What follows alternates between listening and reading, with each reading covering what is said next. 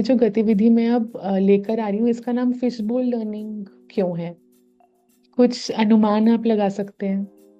अवनिका, देखिए, आप एक से एक अच्छी गतिविधियां लेके आ रहे हैं। और मतलब, हालांकि इस गतिविधि में आगे क्या होगा वो तो आप बताएंगे, लेकिन इसकी पिक्चर को देख के मुझे याद आ रहा है कि जब हम देखते हैं कि कहीं पर एक्वेरियम में मछलियां होती हैं तो हम बड़े उत्साही हो जाते हैं, उत्सुक होकर वहां पर जानना चाहते हैं, देखना चाहते हैं कि मछलियां क्या कर रही होंगी और कैसे वो नाच कर रही हैं।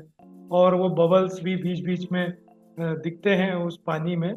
तो मुझे जी। तो लगता है कि इस गतिविधि में भी कुछ ऐसा हो रहा होगा कि जहाँ पर कुछ काम हो रहा होगा और वहां पे देखा जा रहा होगा कि ये चल क्या रहा है। तो जब शिक्षक ने बच्चों को एक पर्टिकुलर टॉपिक पढ़ा दिया जिसमें अंग्रेजों के राज का जो आदिवासी क्षेत्रों में शिक्षा व्यवस्था पर जो असर था उसके ऊपर बातचीत करी थी, उस विषय वस्तु में जी। शिक्षक ने अलग अलग तरीकों से इसके बारे में बच्चों को पढ़ाया और समझाया। अब शिक्षक ने क्या किया, क्लास में जितने भी बच्चे थे उसके हिसाब से ग्रुप्स बना लिए। अब उन्होंने दो ग्रुप बनाए।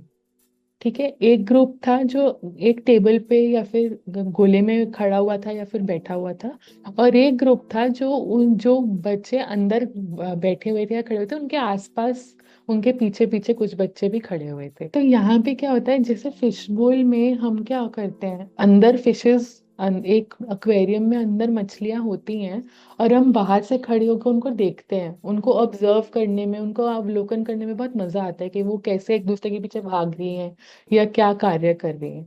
तो उसी के संदर्भ में फिशबोल लर्निंग की जब हम बात करते हैं तो हमने दो ग्रुप्स बना दिए, शिक्षक ने दो ग्रुप्स बना दिए।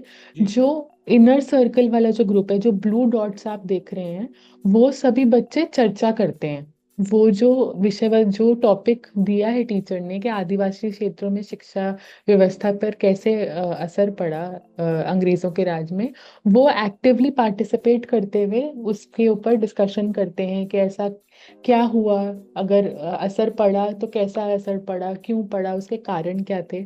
और जो बाहर जो बच्चे खड़े हुए हैं उनके आसपास, जो पर्पल डॉट्स आप देख रहे जी। हैं, वो बच्चे, जो बच्चे अंदर एक्टिवली बात कर रहे हैं, डिस्कशन कर रहे हैं, उनको सोच सुनते हैं और उनको ऑब्जर्व करते हैं। तो जैसे हम मछलियों को ऑब्जर्व करते हैं बाहर से खड़े होके, वैसे ही बाहर जो बच्चे होते हैं वो ऑब्जर्व करते हैं अंदर जो बच्चे बात कर रहे हैं उनको। तो इसलिए इसको जी। फिशबोल लर्निंग कहा जाता है। अब जी। इसके बाद शिक्षक क्या करते हैं, अब जो बच्चे पहले चर्चा कर रहे थे, अब उनका रोल स्विच हो गया। अब वो अवलोकन करेंगे बाहर वाले गोले में आकर, और जो बच्चे पहले पर्पल डॉट्स बाहर थे जो अवलोकन कर रहे थे, वो अब इनर वाले सर्कल में बैठ के उसी विषय वस्तु के ऊपर चर्चा करेंगे। जी। और इसमें शिक्षक ऐसे कुछ रूल्स बना सकते हैं कि जो बातचीत हो चुकी है उसको आपको दोहराना नहीं है, या फिर जो बातचीत हुई उसके बारे में आपको कैसा लगा, क्या आपने किसी के साथ सहमति रखी या आप किसी के साथ असहमत थे, तो उनको ऐसी चर्चा करनी है। तो इससे क्या होगा कि जो विषय वस्तु उन्होंने ऑलरेडी पढ़ी है उसका आकलन तो होएगा ही, और उसके साथ साथ उनकी जो समझ है वो और ज्यादा ठोस हो जाएगी, क्योंकि वो अपने आप तो सीख ही रहे हैं, बट अब जी। साथ साथ वो चर्चा करते हुए अपने साथियों के साथ, अपने पीयर्स के साथ भी अलग अलग तरीकों से सीख रहे हैं।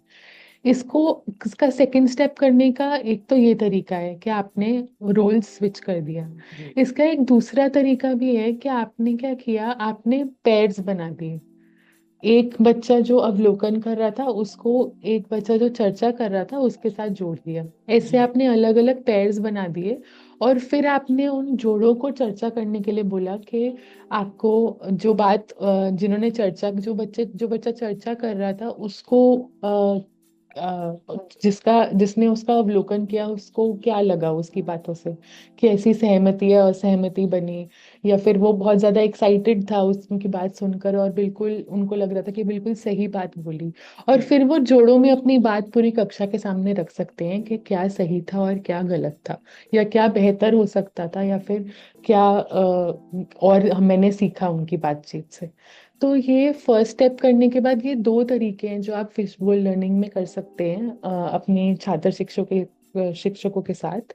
और इस गतिविधि को अलग अलग तरीकों से आप यूज कर सकते हैं। बिल्कुल। और इसमें आप जी। कोई भी विषय वस्तु ले सकते हैं, जरूरी नहीं है कि आपको जो मैंने दिया, जो मैंने तो एक उदाहरण लिया, उसको आप किसी भी विषय वस्तु में इस्तेमाल कर सकते हैं। अवनिका, मैं इस गतिविधि के बारे में आप जब बता रहे थे तो आपके बताते बताते मैं कक्षा में पहुंच गया था कि वो कक्षा कैसी हो रही होगी जहां पर इतनी सारी और इतनी रोचक गतिविधि हो रही होगी। तो क्या इतिहास से भाग रहे होंगे क्या बच्चे वहां पर?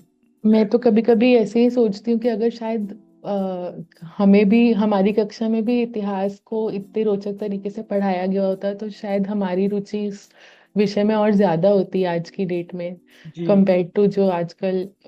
अब तो शायद फिर भी धीरे धीरे चीजें बदल रही हैं, ऐसी गतिविधियां आ रही हैं कक्षा में। बट एक टाइम था जब बिल्कुल ही टेक्स्ट बुक से ही इतिहास पढ़ाया जाता था और कोई तरीका इस्तेमाल नहीं किया जाता था।